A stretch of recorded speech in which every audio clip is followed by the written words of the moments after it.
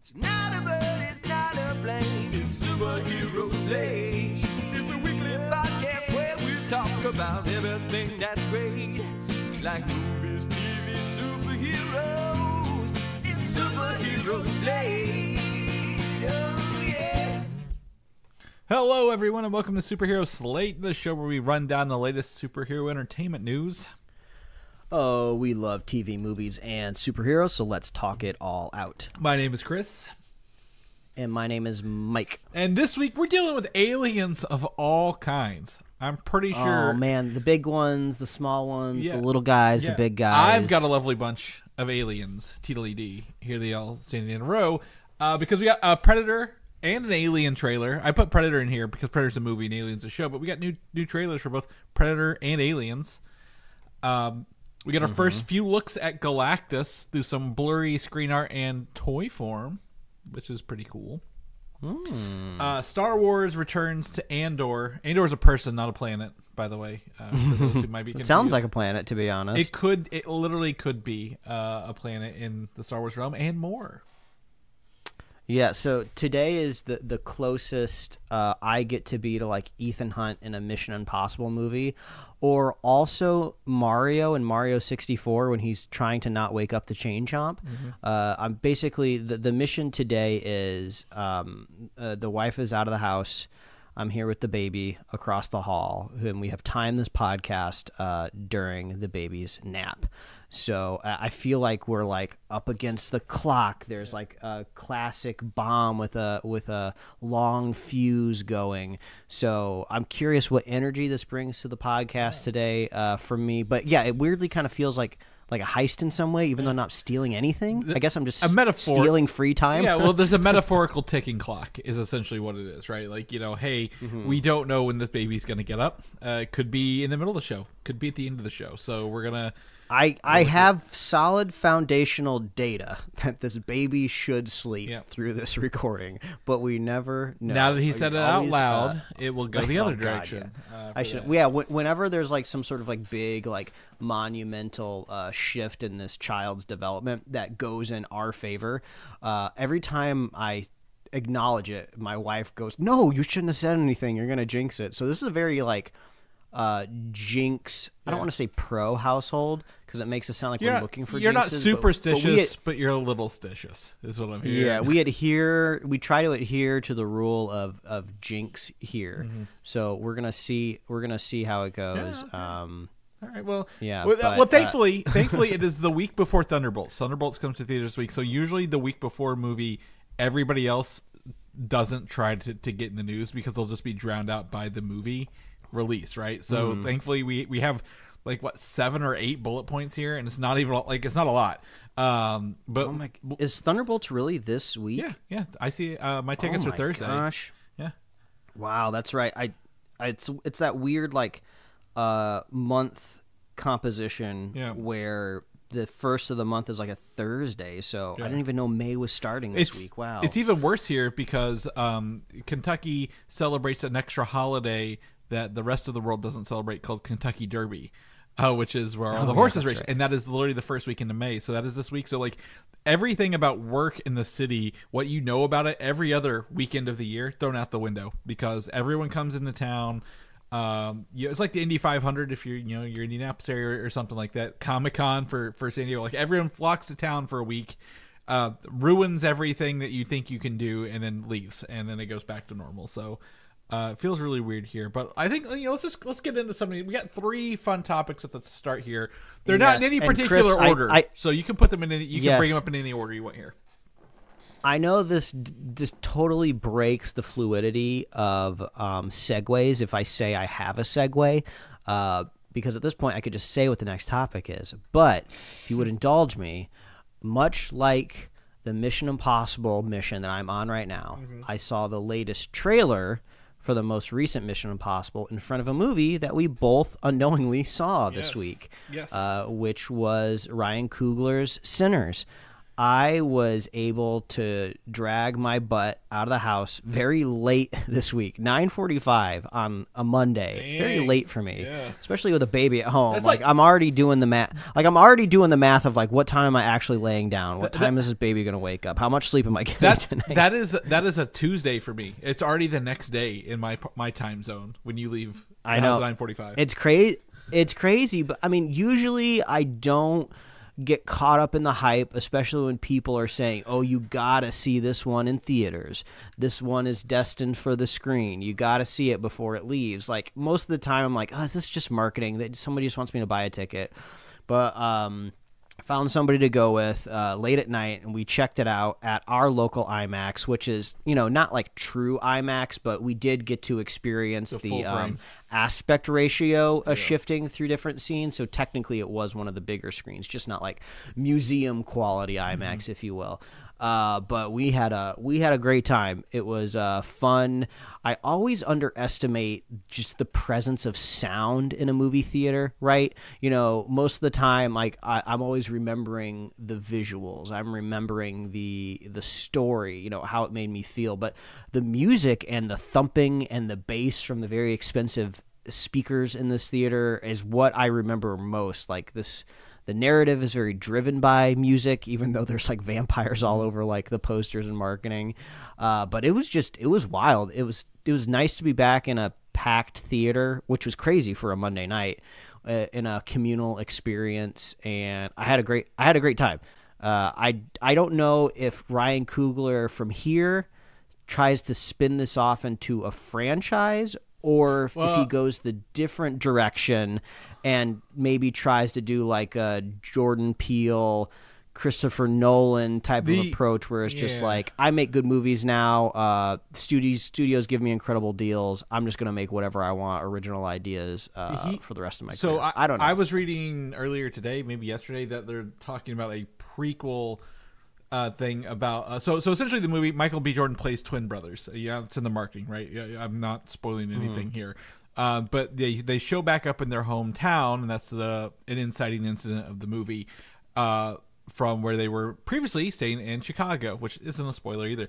I've seen that they're talking about taking Michael B. Jordan, doing a prequel about their time in Chicago with the brothers, like what got them back, which I think could be interesting for this. I think the characters in this are interesting enough and have a lot of mystery that I would probably be okay with that. I would be curious if somehow they're able to interweave like mystical fantasy elements into a prequel, because like that's kind of like the X factor of Sinners. It's like, hey, like we're down in the South in the early 30s, if I remember right. It's not quite prohibition, but like it's weird. Yeah, like might be 20s. Yeah, and it's just and it's like, oh, guess what? There's vampires. Like they just happen to cross path with these brothers' story. Yeah. So like if you take the kind of mystical element out of it, it is just kind of like a straightforward narrative. So yeah, they were very cagey about their time in Chicago during the movie. So I do wonder if maybe they saw maybe something else. Like it'd be kind of interesting. Maybe we don't do vampires in a prequel. Maybe it's like a werewolf or something. I don't know, but this was great to see. There's like drama going on about like the box office reporting. Is this a hit? Is this not a hit? I don't know, but I hope this has legs to it. I'd love to see more from Ryan Coogler in this kind of realm.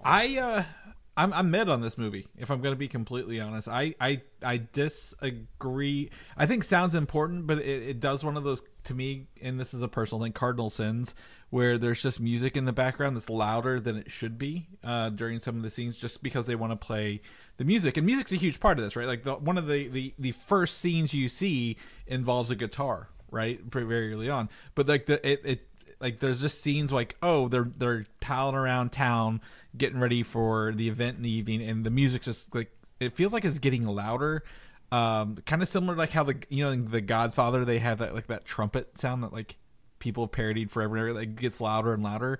It feels like the music is getting louder, and it kind of takes me out of this.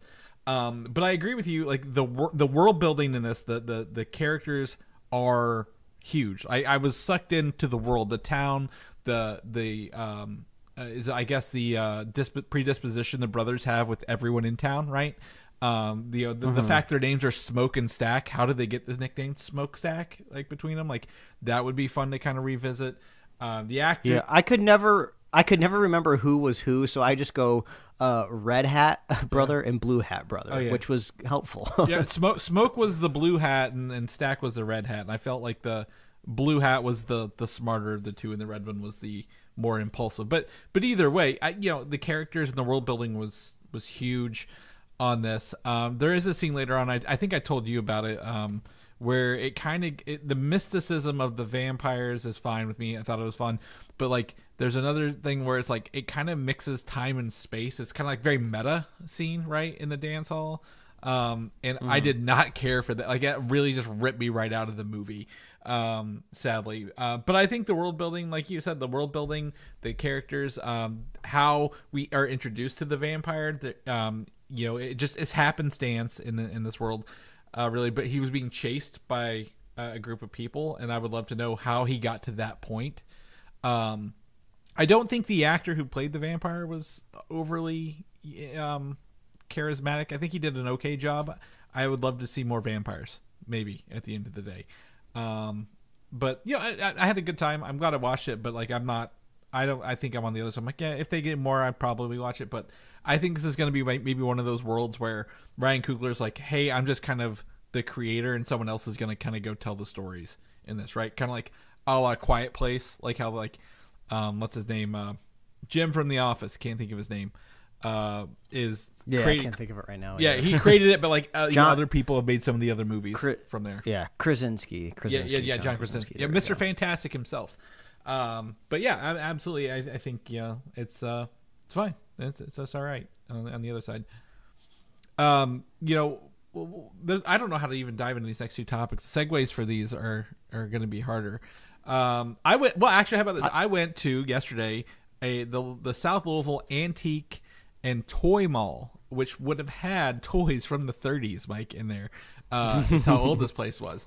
And it's just like essentially like imagine a peddler's mall, but like people have like literally, if you are in a niche like horror or westerns or cars, train models, whatever have you, this place had it all, like everything across hundreds of booths. And I didn't go in expecting to buy anything, but I'm like, yeah, if I see something cool, I did. So I ended up buying 6 Laserdiscs, Mike, because obviously, why not buy technology from the 80s here in the 2020s? I was talking to you about it, yesterday on the phone, and my wife, she got Lady and the Tramp, she bought Fantasia, she bought The Lion King. I picked up Heat, which is a great movie from the 90s with Val Kilmer. I also got, what was the other one I got? There was I forget, but the point of it is I got the original Star Wars A New Hope on Laserdisc. And you might be saying, Chris, you already have that on Laserdisc. I do, but I have the version from the 90s with the black case with like Darth Vader on the front, which was like kind of matches the VHS release. But this is from 1982. And why is that important, Mike, at the end of the day, that I get a 1982 version of Star Wars? It's important because I learned this from you many, many years ago, that this is one of the highest quality sources that just normal people off the street can pull the despecialized version of Star Wars from. So if you're looking for the closest theater going experience to when the original movie hit theaters back in the day, the Laserdisc is the best place to go, like probably with the original film reel being the only thing better than the Laserdisc at this point in time. So the foundation of the people out there that have created the despecialized editions, the Laserdisc, I believe that, I mean, it's not all that they pull from it, but it's like the foundation, right? Yeah, so they use a lot of the Blu-ray releases to like do the majority of the material that wasn't touched. But if you want to take Star Wars back to what they would have seen in theaters in 1977, 80, and 83, the Laserdisc would have been it, because they didn't really sell VHSs in the 80s, right? Like, VHSs came around later. People are probably very familiar with the 3-box set on VHS, but like getting a Laserdisc, it even says CBS Fox on it. Like that's how how old it is that CBS was also involved in this for the Laserdisc. But the one I got, the original one, the one I have from the 90s, but this is like as close to, and I've seen Mike some screenshots, and it's just absolutely fun to watch on like an old CRT TV. You wanted me to put it on the projector, the 4K projector, but we talked about on the phone yesterday, it's only got like 480 lines of picture, so like you blow that up to 10 foot and it's like, no, this doesn't look any better on a big screen at the end of the day than it would VHS would. But it's so fun to watch and then have like these original versions. And I have downloaded the despecialized version that came around a couple years ago, which has been cool to kind of have that. So it's been fun. It's actually playing right now, Mike, still on the TV over there. I started it earlier. I also have The Empire Strikes Back and Return of the Jedi on Laserdisc. The problem is with my Empire version, it's called it's an extended play disc, and the problem with that is each side of a Laserdisc can hold 60 minutes of video, like exactly. The Empire Strikes Back is 2 hours and 4 minutes long. So, oh my gosh! So how would you, Mike, a smart person, try to sell this? Would you do 3 discs, like one full disc, both sides is the movie, and like the third disc is one side, some of the movie, and the other side like special editions? Like that's how I would do it. I mean, this is not how it would ever get approved, but in my mind, it's like you chop off the end credits, and put it on like a third disc. Well, or you something. could speed up the end credits, right? Like speed up the end credits, like maybe not take them off. Yeah, that's true too. You could do that too, or stuff like. However, the version I have is the least desired version of Empire on Laserdisc because they sped up the whole goddamn movie to get rid of 4 minutes. Really? To get rid of 4 minutes. Yep. So it's one disc, front and back, and they sped it up, so which causes like some ghosting effects and like the audio is like a little higher pitched. Weird. So I'm like, oh, I need to go back and find the standard play versions. But you can apparently buy the definitive version for like $100 on eBay or so, which is pretty cool. So I'm thinking about diving into that later on. But right now it's fun to have the Laserdisc and play. Mike got a preview it when he came over a month or so ago and see that. But what I really wanted to do for you, Mike, was actually take the Laserdisc and plug it into my brand new CRT television I came home with yesterday. Oh, tell us about this. This has been a coveted item for us here on the podcast, yes. And I'm glad one of us was finally able to track it down to multiple attempts on your end. This almost happened twice. Third time is literally the charm in acquiring this TV.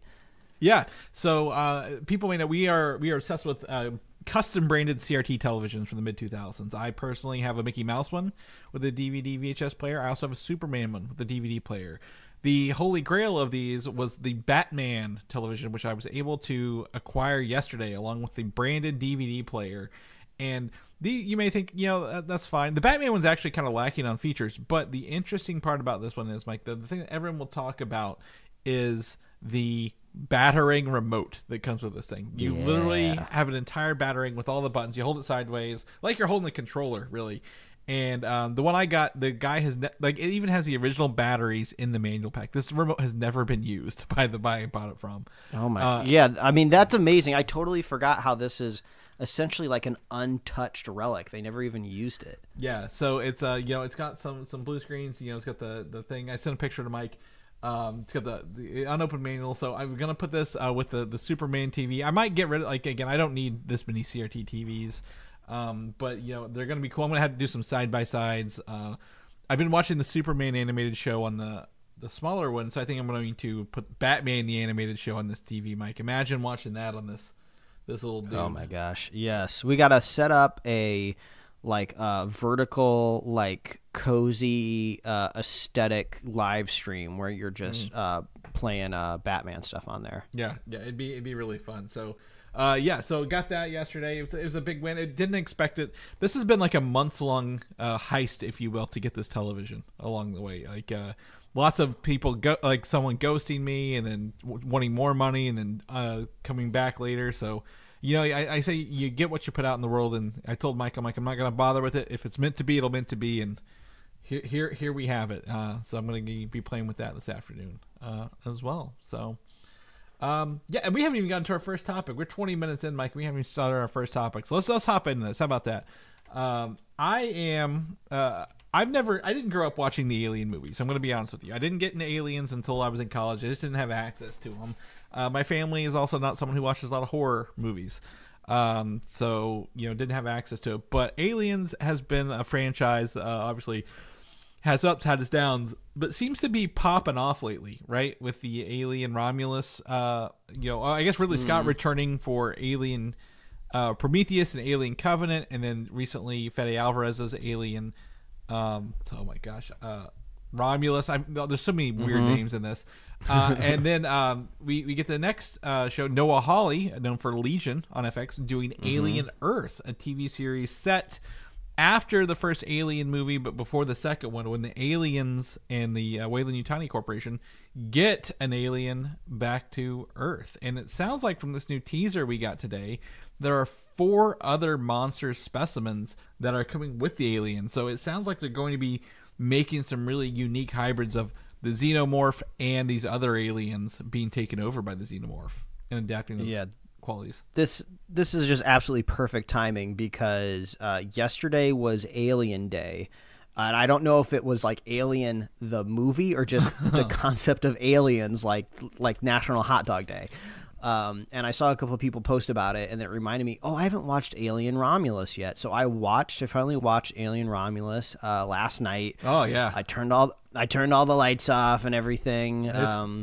Made it as dark as I could, and it was really fun. It was maybe a little too similar to the first Alien movie, kind of like how Episode 7, The Force Awakens, is a little too similar to A New Hope. Yeah. But I still had a really, really good time. It's nice that it doesn't bog itself down with a lot of the later Ridley Scott, like Prometheus and Alien Covenant the lore. the real we don't really dive too deep into that. There's just some really fun like zero gravity set pieces. Unfortunately, the kind of creature that's at the very end of the movie was spoiled for me a while ago. People post screenshots of that weird thing many months ago, so I kind of knew what it was going to look like, but didn't know it was going to be so creepy once it's on screen. So once I finished watching it, I powered up YouTube just to go do some browsing, and I was shocked. The very, very first thumbnail advertised to me was this Alien Earth teaser trailer, and I was like, oh, it's Kismet, I have to watch it. And it's just kind of like almost like a VFX reel. It's all just watching like the things birth, in a like, box, microscopic. So you don't really get a whole lot of story, but it is kind of I didn't catch anywhere in there that there's going to be more like hybrids, but I mean that's always kind of like a fun concept when you're watching an alien movie, of just like, oh yeah, you got to remember the titular Xenomorph that everyone is familiar with. It only exists through the combination of human DNA and the facehugger. So if that facehugger theoretically attaches itself to other creatures, well, Alien could 3 make something different. Alien 3 or 4 had the dogs, right? Where the facehuggers took over the dogs, and they had like the alien dogs, and like comic books over time have done that. I believe this is not canonical, but Alien versus Predator at the end of AVP 1. Facehugger gets on a predator, and AVP 2 is like literally an alien predator hybrid for most of that. So absolutely, they don't really say there's the hybrids, but I'm like they're leaning into like obscuring these other 4 specimens, but showing the Xenomorph. So I'm like, oh, I guarantee you it's going to be like the alien versus another alien. The alpha predator, which is obviously the Xenomorph, is probably going to win and assimilate it. It's unique features into it throughout the show. But no, Hawley, he's done great stuff like Legion. What else has he done? I think didn't he do Fargo as well? Yeah, he started that I think before Legion as well. He's an amazing storyteller. So this is a really, really great combination, and it'll be interesting to see the alien on Earth out of the context of Alien vs. Predator, because that's the only time that we've seen the alien on Earth, and it's just a campy movie. There's fun stuff happening for sure. I think if I remember right, and there's like an alien in like a pizza place like after hours, and it like kills the pizza chef in the kitchen. Well, and I think I always remember the one where, like, the Predator throws like one of those big like spinning glaives and it cuts a dude in half who's running down the wall. Yeah, yeah, in the hospital. Yeah.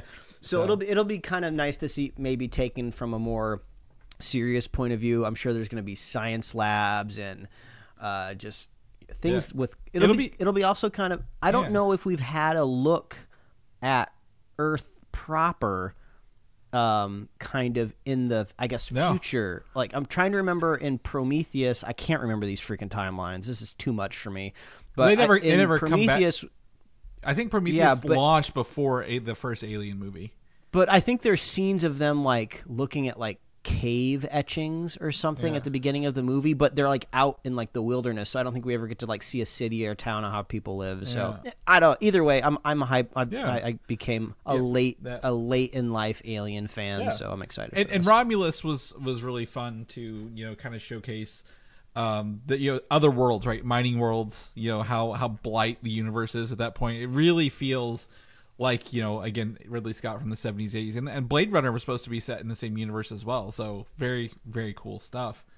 But that brings us into our next topic. We got a full trailer earlier this week for the movie Predator Badlands, which is, again, I think this is Dan Trachtenberg. We talked about this. He's doing the Alien or Predator Killer of Killers.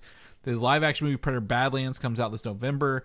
So it actually was interesting to find out this whole movie, the focus is on a predator as the main character throughout this, fighting what appears to be other monsters and other predators that are bigger than him throughout this. Yeah, it's kind of weird. I don't know if there's like an official synopsis out there that's stating the predator's the main character. I didn't know it going into the trailer, but the way the predator is framed and you get to see them without like the kind of like armor and just full face, you're like, oh wait, they're kind of turning this dude into a full like character. I was like, am I looking at the protagonist now? So it'll be crazy to see. If you're unfamiliar, I think it's The Predators is a Predator movie that takes place off world. So there is precedent for setting the Predator outside of Earth, and that movie's actually really good. It's like a sleeper hit. You got to go check it out. That's the one with oh my gosh, Adrian Brody and Topher Grace. Yes. And there's an awesome scene where one of the dudes has a samurai sword, and it's like the most iconic part of the movie to me. And it's just like, oh yes, the Predator might not speak our language, but he understands when he's in front of another warrior. And there's like this awesome scene, and it's just like, I'll give you a warrior's death. It's cool. It's dumb, but it's cool. I love it. Yeah. So the synopsis here is actually in the notes. So cast out from his clan, an alien hunter and an unlikely ally embark on a treacherous journey in search of the ultimate adversary. So yes, the Predator is the main character here, and the adversary, or the ally is Elle Fanning, who's playing, as we found out in this trailer, a Yutani Synthezoid, which are the robots from the Alien franchise. So, yeah, which is crazy because I didn't know the synths were going to be such a prominent story element of Alien Romulus. So I feel like my brain is like primed for like synthoids. I'm like ready to go. Right. Well, and that's just like I think the best I guess inclination that these universes are connected. Right. We've always had like theories and games and stuff like that, but like this is the first time like we've had like a real solid confirmation. Like, yes, the synths are going to be in here, but also she's supposed to be playing like twin sisters, so I think she'll be playing a couple versions of this Synthezoid for that. And then also the trailer opens on the trophy room, right? The Predators are known for keeping their trophies. I've included an image here that includes like some people. Looks like a Tyrannosaurus skeleton, but in the middle, I'm pretty sure that's a skull of an alien from Independence Day. Yeah, I think I've seen similar thoughts shared online, which is fun because I think they had the Xenomorph skull in previous Predator movies as a hint. So it's just like, oh yeah, let's just run through the other alien skulls that we have permission to show. Yeah, who wants to throw their alien in here? That little one to the left, the bottom left of him, kind of looks like, I know it's too big, but in Men in Black, the little dude who's piloting the human suit. Yeah, it looks like his face a little bit. But all aliens look the same. So Yeah, this looks to be fun. Hopefully we get to see some of these different creatures as the Predator's off-world looking for those bigger adversaries. And I really enjoyed Prey. Like, that was another, I think, movie that if you don't know, that's a Predator movie. It's a Predator movie. It was on Hulu. Pretty excited for that. So this is cool for them to be continuing their Predator movies. And then I think I don't want to say it because I'll probably be wrong later, but Killer of Killers is also probably canonical since Dan Trachtenberg is doing both of them. So yeah, it's also really easy to make Predator movies canonical in a way because it's not like a giant alien invasion that's coming to Earth and like changes the trajectory of history. It's just like, oh, this is just like a hunting ground that predators just like traditionally like make a stop off at and like ruin a couple people's lives. Yeah. So you can really just toss a predator in every like century or decade and like, it doesn't matter. Like it doesn't have to interconnect. It's just, there seems to just be like trophy rooms is the only like thread that connects everything, Yeah. And usually the predator doesn't make it out alive. He usually blows himself up, right? Like the first one, like with Schwarzenegger, he self-detonates. They do have like the nuke on them. I kind of forgot about that. Yeah, so usually they don't leave any trace of themselves, or they take everybody with them. So, if you're a big Alien Predator fan, you are eating good this year. That is absolutely eat all the whatever aliens eat. Moving into some superhero stuff, we talked about it at Top Show. Thunderbolts is this week in theaters. However, fan screenings in several cities last week happened across the globe. So spoilers, entire synopsises, everything, even both post-credit scenes, descriptions to a T have been released and written online. So if you are wanting to go in as blind as you can, this is officially the time because all that stuff came out all at once and hit the internet pretty hard. Yeah, the social media embargoes are up too. I don't know if the critical embargoes are up, but I haven't heard anything bad. Usually like people are chomping at the bit to like throw Marvel on the barbecue when they make something bad. So that's a good sign that we haven't heard anything. They also don't normally do fan screenings unless they're positive, right? Unless they feel good about it. Like they didn't do one for Captain America. I think Deadpool might have had one, but that was kind of weird how like they were like, we want to keep the spoilers limited on this. So yeah, I don't see the reviews up yet. Social embargoes, I think might have been people who went to the movie. So I'm excited to step into this as blind as I can this weekend. Hopefully, get my Sentry fixed for the first time. Yeah, come back next week. We'll be talking all about it. That's right. Absolutely. Later this summer, after Thunderbolts, we are just May, June, July, less than 3 months away from Fantastic Four, and this is the first movie from the MCU that will have an official tie-in comic released. Now, you may be saying, Chris, they have all those other movie adaptation comic books. Yes, but none of them have ever been officially like licensed or used the looks of the characters. They were kind of just like, we are probably going to put these out there just to sell some comic books. But this is what I hear is the official comic tie-in, meaning this story literally is part of the movie story. So we've heard the Fantastic Four will exist as heroes before we get into the movie. They've done some adventures. And this is an homage to the Mole Man adventure, which is, I think, one of the first Fantastic Four books ever.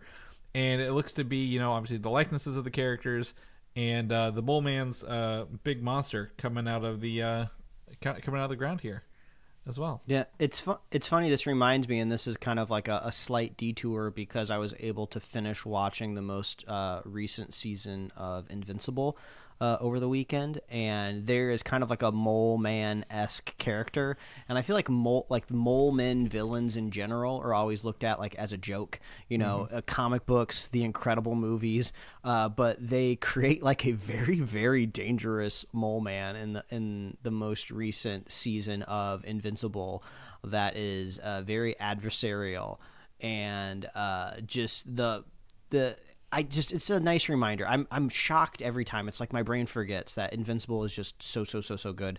I love the show. So if you're not caught up on it out there, go check it out. I think there's only one more season left, or maybe two. No, they've got to have at least 3 more if they're going to cover everything left. I think they're halfway through the book series. Oh wow! Okay, wow. I thought we were getting closer in. Okay, Nope. That's good. I'm not mad about it. Yeah. There's a lot more left.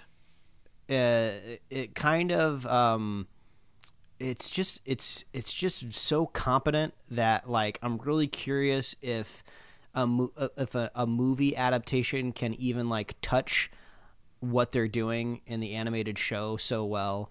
So yeah, go check it out. Yeah, that's my Mole Man segue. Yeah, there you go. But yeah, so sorry, I was looking it up. I'm trying to find the original Fantastic Four like #1 comic book, but when you type in Fantastic Four Mole Man, like you don't really like it's like everything like right now going on. So, but you know this is cool. Like the Mole Man, you know, obviously we're not going to see him. As you mentioned, he's parodied so much, and the reason he's parodied so much is because he was like one of the first villains, right? Like so old and like kind of, you know, they've gone a long way. He's got those weird blue glasses that were interesting. But for people who don't know, Tim Blake Nelson, the leader in Marvel, played the Mole Man's in Fan Four Stick in 2016. He was like, I guess, the precursor to that. So that's pretty funny that he's played multiple roles for that. Moving on to Fantastic Four stuff, we have the first blurry image of a T-shirt featuring Galactus, and I look at this. You got to squint at it to kind of see everything. But the cool thing about the promo art is, you know, this Galactus looks like a real Galactus, Mike. Like this looks like a very good Galactus is going to be in this movie. What do you think? Just at a squint level. Well, I looked at this and I was like, isn't this what AI is supposed to clear up? Isn't it all about like diffusing and then reassembling photos? I feel like somebody could run this through a AI model and get it a little crisper for us. But yeah, I'm curious how. I mean, I feel like we got a sense of the scale of the Galactus from the trailer.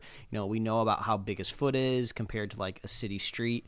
So at least it seems like he has taken the form of something that four superheroes could kind of like punch in a way.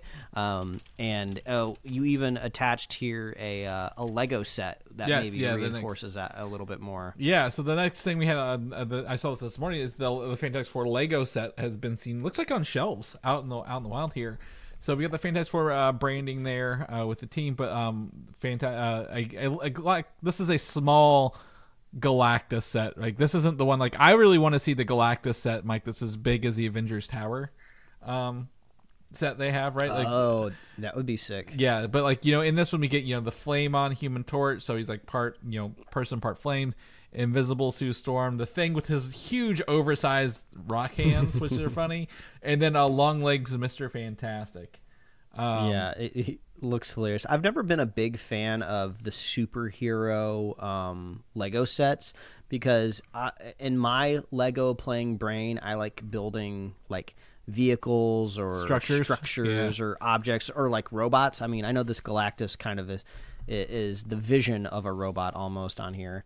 But that's what I like to do.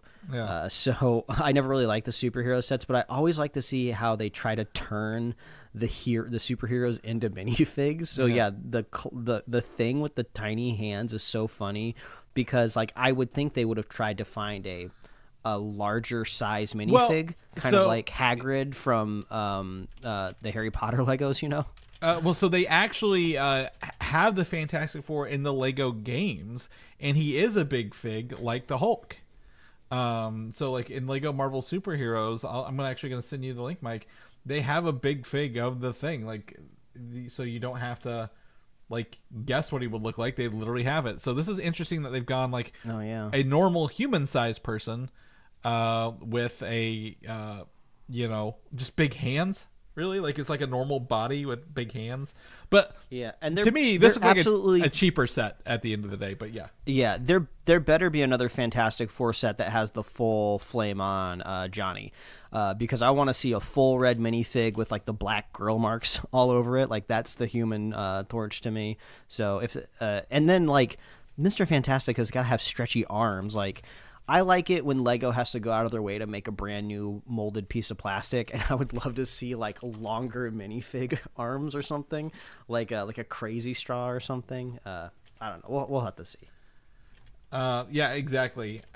But I don't know. I just wish, like, again, this is early stuff. This is stuff on shelves, but I would love just a huge Galactus, Mike. Like to literally, like, they have the Daily Bugle building. You have the Avengers Tower. Like, you start building these things, and you get Galactus. I want the big Galactus, who's as big as the building. Like, yeah, it's going to be a little expensive, and he's probably not going to be articulated, but I would just love to see that, right? Like, that's kind of where it is. For me, but you can't win them all. At the end of the day, now Fantastic Four is coming out end of July, so if we get, I guess tickets will probably be on sale maybe June, so we'll keep you guys posted as that moves through. This is our time for our weekly Avengers Doomsday set photo check-in. Because that's what's going on right now. Right now we have a new 2-minute video flyover of the debris-laden X-Men mansion. I thought maybe we were getting like another set. It's just people keep getting drones out there. It's so funny. This is so funny to me. Every time we see the same set, it's a little more built at the end of the day, right? Like, you get to see it. And what's interesting is, like, there's no people actually in this out here working while this drone's going on. So they don't take the opportunity to fly the drone low and get a good shot of those statues, because that would be who I'd want to see, right? Who are these statues representing? But at about, I would say, is it 50 seconds through, it actually turns around and shows like the entrance to a building, like a nice building. So I'm trying to decide, is this like a ship that landed? And like this is like the ship bottom, because if you look to the left of that, like where like one of the craters is, it looks like this is sitting on top of the crater. Yeah, it's not like organically fit into the walkways. Yeah, so it looks like it's like maybe a ship that has landed, and like this is like people are going to come out of it, or maybe they're running into it. Maybe this is an escape ship from the incursion. I don't know, but I was really hoping. I watched this whole video. I'm like, oh, they're going to get down there in the statues. They're lowering. And they pulled away. So they got two things is I noticed they're also employing the shipping container walls. Yes. Which is something that we saw on the Supergirl set. So now I don't know if this is like new or they've been doing it for a while, but this is an interesting like filmmaking technique of like, we need tall walls. Let's get shipping containers. So I don't know if this is just like a local thing. I haven't really seen it anywhere else on other sets, so I think that's kind of fun. Is Supergirl in England? I know this is in England or London, UK area. I don't know if Supergirl is. It might just be a film thing overall. That might be in Georgia. Yeah, maybe. It's interesting. And then also the Pope died. So his funeral's coming up. I know, hard pivot, right? But there's some videos around showing like the security detail of like people trying to protect the Vatican until the event happens, and there's like these big buff dudes like walking around with like anti-drone guns. And I'm just thinking, like, they gotta get some of these guys on retainer. Yeah. We're basically like setting up like a super villain like compound. If you have like dudes with like anti-drone guns, like pacing the top of these shipping containers. Like, I'm already trying to think like, oh, this is like a Far Cry video game. How do I sneak in? I gotta neutralize the drone guys at the top of the walls before I can sneak in. Well, I think if there were more spoilers here, I would agree with you. They probably will lock it down. I think they also have like one of those like they're like automated anti-drone guns, or like RF signals that block the Wi-Fi on a drone, so like they don't like they won't go in, or they go down as soon as they get close. So I think they might do some of that. But like looking at this, like there's literally no spoiler. I couldn't pull any story points out of this, Mike. At the end of the day, I just hope that if they film the scenes here and it makes it into the movie, that we can recognize it. Or they're filming, like when they actually film, they do have those drone guys on standby, but they're like after hours, like, yeah, we don't care who flies over. No one's actually on set here to do it. So, because of course the drone sound would throw off audio on a set, right? So, I don't know, interesting. But either way, that's our check-in for the week. As this crash site, updates, we'll keep you guys posted. But I still think it's an X-Men mansion overall. Tune in next week, and maybe we'll have like an extra blade of grass we can talk about. More rocks. You mentioned Supergirl. We got Supergirl news. So we actually have a very blurry behind the scene fight video of a fight scene being filmed, which is supposedly include Jason Momoa's Lobo or a stand-in for Lobo. This is utilizing shipping containers, but covered in a blue screen this time. The set we kind of watched has elevated a little bit. And if you go about 20 seconds in, you see someone who looks just like a comic book Lobo, black hair, white skin, black suit, throwing things at people who are, faking being killed. So you kind of get a lot here. It looks to be like maybe like I think it's a ship, like inside of a ship, like a spaceship of some kind, or like maybe like a docking station. But yeah. I think Lobo's like utilizing some sort of CG whip or chain or something going on here, because he like throws it, the guy doesn't fall over, and then there's like a yank from the Momoa on set. But it's cool to see things getting built. I mean, this kind of goes against the theory of not flying a drone during filming. Like, they need those Pope guards out there right now.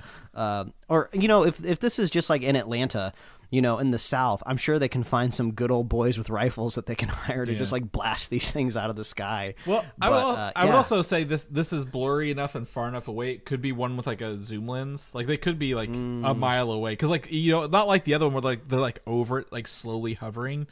I feel like they'd be far enough away. They're like, we can't hit it, but like if they got a zoom lens, they're gonna see us. You got a good point there. Yeah, this is, and then they zoom in on top of the zoom in this video as well, and it's just like looking at mud. This is the largest pixels I've ever seen in my life. This is the Laserdisc version of Supergirl we're watching right now. You go. But yeah, so obviously containers, blue screen, Lobo. Jason Momoa said he was done filming, so I want to believe that this is like a B unit. Filming some stunts with like a stand-in, like not using him, or he lied to us, one of the two. I don't know. But like, obviously there's just a lot of crew standing around. I don't feel like there's a director on, like a real, like it doesn't look like a real director's on set, right? It looks like people are just kind of lounging around. So it might be like a B unit or a second unit, just getting pickups and action shots. Maybe along the way. But yeah, you check out that video there, and then I also included the very I say blurry. It's pixely, but I wanted to make sure I included Mike's new favorite website, X-Cancel, that I introduced him to this week. I've been thinking of telling you, I was like, we should stop including X links if we can in the show. And then all of a sudden this like not X website shows up, and I'm like, oh, I love this. I love the idea of this. Yeah. So it's all the stuff from X, but without all the actually touching the X website, so it's awesome. But I normally just include the photos. I don't like linking directly in there if we can help it. At the end of the day, we have gotten through a lot of this notes here, and we're going to end here with the debut of Andor, now streaming on Disney Plus, season 2. Boy, how long ago was season 1? Long enough where I needed to watch a recap myself. 22. So I ran to my favorite man of recaps and watched his Andor season 1 recap, and he kind of points out during the recap that there's like 3 like just really powerful like monologue moments in the original season. So I went back and I kind of just pick and choose some scenes from season 1 before I started watching season 2, which is not something I usually do. Usually like a recap is enough for me, but I was like, okay, I want to watch the One Way Out scene. Okay, that was awesome. Love that. And then in that same episode, we get to see Skarsgård talk to his mole of what is he giving up, and he's like, oh, I'm giving up the sunrise and the sunset. I'm giving up my whole future, even though no one will appreciate it, basically. And I was like, oh, that was awesome. Yeah. And then the Andor's basically like mother in hologram form, telling people to wake up, and I was like, this show's so good. So like that was enough just to get the goosebumps rolling for me. One of the cool things about that speech at the end, the original version, she was going to say "fuck the Empire," but like Disney was like, you can't say that. I was like, that would have been so much. That would have like added to like how adult themed this show is at the end of the day. If they would have just let her do that, like I don't think it would have hurt anybody. No one would have been up in arms. I think it would have been a really cool thing. But at the end of the day, the speech still stands whether they say that or not. But 22, November 2022 was the last one. I remember watching it literally the week after was Thanksgiving when it was done, and we binge watched it because my wife and I were both homesick, and we were like, we'll just watch this. And it was a great time. I had a good time. So after some delays but not dismays, the show has returned to Disney Plus season 2. And a little fun fact for people who don't know, this is the last season of the show. This will catch us up in between the end of Andor season 1 and the beginning of Rogue One. And they're not doing it like it's 5 years. They got to cover 5 years across 12 episodes. I think it's 12 episodes, right? 11 or 12. Yeah, 12. So they're not going to be going like, oh, we're going to see a lapse of time every time. It sounds like they're going to be releasing these in bursts of 3 chapters to catch up on that and just picking very important parts of the stories and characters, right? So other than Cassian Andor, we get a return of Mon Mothma. Has some huge scenes. Andor's friends, I guess. I know her. Her name's Bix, right? The girl who was like kidnapped and tortured last time. What was the name of the guy you just talked about? Who gives up everything? I don't remember. What is his name? It's a Skarsgård. I just can't remember the first name. Luthen Rail. There it is. Yeah. Luthen Rail. We get the is it Cyril comes back with his girlfriend Deidre, as well. So they got some returning characters in this. Ben Mendelsohn will be appearing in this season as well, returning as director Krennic from Rogue One. Very, very excited about this. I will say one thing, Mike knows, I've not watched all 3 episodes as of this moment because I'm going to tell you I'm taking a stance to not watch all 3 every week because I really dislike this 3 episodes a week release model. I really think of everything about this. It's not the show. It's not Tony Gilroy. Who also directed the first Bourne movie, by the way. And if you didn't know that, I found that out yesterday. It's not his fault. It's, the show is being told in 3 stories, but I really do not want to sit down and watch 3 hours of shows every week before the next week. Like, that is a lot of show to consume at one time in a week. So I'm officially protesting that, but like it's not the show's fault, not the quality of the show. It's just that model sucks. Yeah, it's a bit of a psychological battle, but I fought it this week. Watched all 3, grinning ear to ear the whole time, just because it's so nice to be watching Star Wars that I just unabashedly love. I love everything that Tony Gilroy has done to the Star Wars universe. I'm kind of sad that it seems like maybe this is going to be his like last touch with the franchise. There's some quotes of him out there where people have asking him of like, oh, would you want to do more? Would you want to be president of Lucasfilm or like blah, blah, blah? You know, people just asking like ridiculous questions to this man. And he's just like, no, I don't really want to, I don't want to be tied up with this. I want to be able to like do my craft and do the work. And then that reminded me of his amazing speech that he gave during the writer's strike that people have clipped and put up on YouTube. And he just gave this like amazing speech. It's like, I just love the dedication to his craft that he has. And it shows in his work. So if he moves away from Star Wars, I'll keep following him wherever he goes from here. But he's just doing such a good job like humanizing the Star Wars world. Which is in a galaxy far, far away with other things that technically aren't human, but he's doing a really good job grounding it and just making me care about the characters, which is like crazy because it almost seems like the objective most of the time when it comes to making Star Wars movies or Star Wars TV shows is like, oh, we got to make sure we're adapting this lore really, really well. We got to make sure we're expanding the universe. And then it seems like characters always come second. But he's going it the total other way around. He's doing character first, and he's letting that drive the story, and I'm loving it. He just makes even the most simple things more interesting to me. It makes me think of The Acolyte, which was like a fine show. I would have watched the second season if it got it, but I could just all of the effort that was put into like the little robot character and the Acolyte that was like basically the sonic screwdriver of the Star Wars universe that could do anything and get a character out of anything. Like, so much attention was put into this little dude to like make him look cool and like have a voice and do things and be like a whole character. And then in Andor, a character will just walk up to like a control panel and like slide it out and start touching buttons and moving knobs. I'm just like, I'm way more fascinated with this interesting looking keyboard that was created for this show than this like little droid character that I'm supposed to be emotionally attached to. So it's like, even like the finer elements are just, everything is like handled with care. And the best part about this season is we just get to jump right into it. We don't have to introduce anybody. We just like hit the ground running. There's a great set piece that kicks off episode 1 that's like super fun, super interesting, exactly the type of niches that I want to explore in the Star Wars universe. I was telling you on the phone when we were chatting yesterday, they commit the biggest sin still that I hate about a lot of these Disney Plus Star Wars streaming shows, where nobody knows how to end an episode. It's like everyone's told like, oh, don't worry, everyone's just gonna wait until the end and binge all of these back to back. You don't need to make a satisfying end to your episode. Just end it when something crazy's happening and people will have to come back next week. So no episode on its own is satisfying the way it ends, and that's still happening here, which is really, really annoying.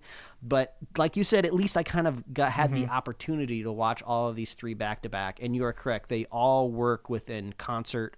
It starts off saying, I believe 1 year later is where we pick up in episode 1. So my expectation is when I watch episode 4 this week, it will say 1 year later or maybe 2 years. You know, I don't know exactly how far they'll progress between these story blocks.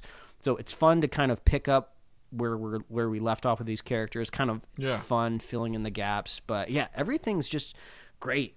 I'm loving it. It's taken very seriously. There's like this also very stark contrast, because there is a planet that some of our characters are on that's a wheat harvesting planet. And if that sounds familiar, it's because that's what Zack Snyder did, like, last year? No, like 2 years ago. Or was it 2 years? God, man, time is a well, he had a year after he did, like, the special editions. So maybe you're thinking the special editions last year. Maybe. I don't know. But he had a whole wheat planet thing, and it's just like, it's so funny because everybody criticized Rebel Moon because it was just a Star Wars knockoff, and then Star Wars comes in and goes like, I know they're not, you know, some Snyder fans would probably claim that Tony Gilroy is ripping off Snyder. That's just stupid. That's not what's happening here. He is too busy and too creative to worry himself about what Zack Snyder's doing on Netflix. But they just coincidentally also have a wheat harvesting planet, and it's just like, oh, this is how you're supposed to do it. This is exactly how you're supposed to tell this type of story. And it's pretty much the same narrative too, of just like an empire imposing its will on your planet that harvests wheat, but it's done with so much more sophistication and less hacky. So Andor just does it does Rebel Moon better, it does Star Wars better, and this is just wild because just flashback to like years ago on the podcast where we were just talking about who needs an Andor show. This is stupid. Disney Plus, this is a misfire. You're wasting your money. But like I've eaten crow 1,000 times, and I'll eat 1,000 more crows if it gets me more Tony Gilroy in Star Wars. So I'm afraid I may have overhyped this for you, Chris. No, but you know how I feel. Well, I mean, about I'm not. Well, again, like I said, I'm not unhyped for this. I just think doing 4 batches, watching 12 hours in a month, like that's how you burn people out, and that's what I'm afraid they're going to do with this, because they're like you said, like just how they're editing these shows, they're releasing them based on like an executive's will, like on we got to meet a schedule, rather than, hey, we should really run this for, you know, do the first 3 episodes at once and weekly like they did the first time. Because how well did Andor do when it did that, right? We were eating our crow. We were like, it can't be that good. And then like every week for 9 more weeks, people like, this show is getting better and better and better. But like doing it like this, like you're the only person I know who's watched all 3 episodes. Everyone else is like, I can't get to 3 of them. It's, you know, it's that time of year, like, you know, people with kids, families, sports, spring, nice weather, Easter, all this other fun stuff. Like, it's just not happening. I'm like, I can't. I agree with that. I don't have any of those problems. I'm just, petty in my own way, Mike. I'll admit that. But it's just one of those things. I'm like, I wish, again, to them, it's not Tony Gilroy's fault. It's not Andor's fault. It's the executives at Disney Plus making piss poor decisions that I think are hurting the streaming service more than helping it at the end of the day for Star Wars, because I think you're right.